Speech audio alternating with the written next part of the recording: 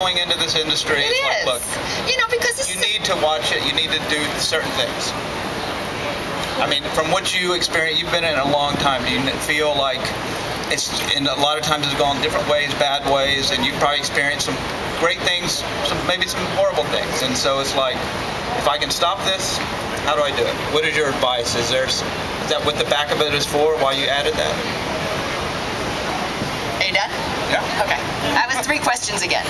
Okay. Yes, I put the advice in the back of the book because I do feel very protective of any girl that comes into this industry.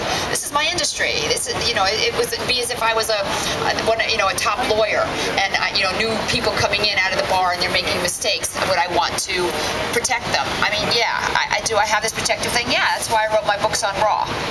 Okay, I wrote the books on Raw because I had cancer and they wanted to cut me to bits. And as a model, that would surely be the death of my career. And I found something that was an absolute freaking miracle. So I wrote a book about it so other people could understand what a miracle raw food was. So that, so when I wrote this book, the reason I wrote the book was because I was seeing these girls come in and make huge mistakes that could cost them their lives. You read about the girls that don't make it, the girls that fall out of 6-story windows, or, supermodel gets her face slashed by, some landlord who she smiled at one day, Rebecca Schaefer, who opens her door to some fan and he shoots her.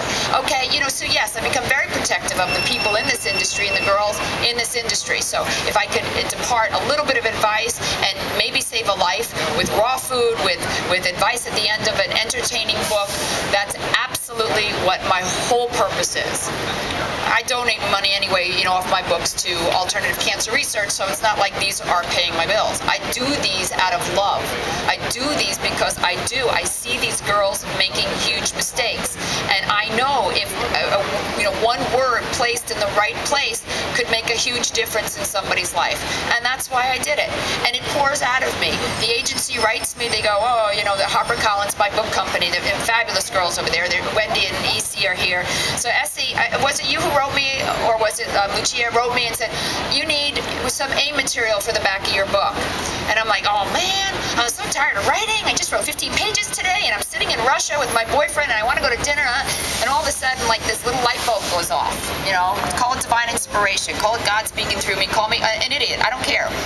But I sat down and I wrote these. How long did it take me? It took me like 30 seconds.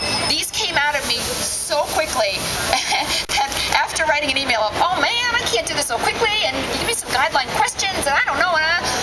The next email, 10 minutes later, was the entire last 2 pages of all the advice for this book. Like, the first book has its advice, and this book has its advice. So yeah, I mean, I feel protective of people in general, because there's so many people out there looking to play and looking to get ahead and looking to get an edge and looking to hurt other people.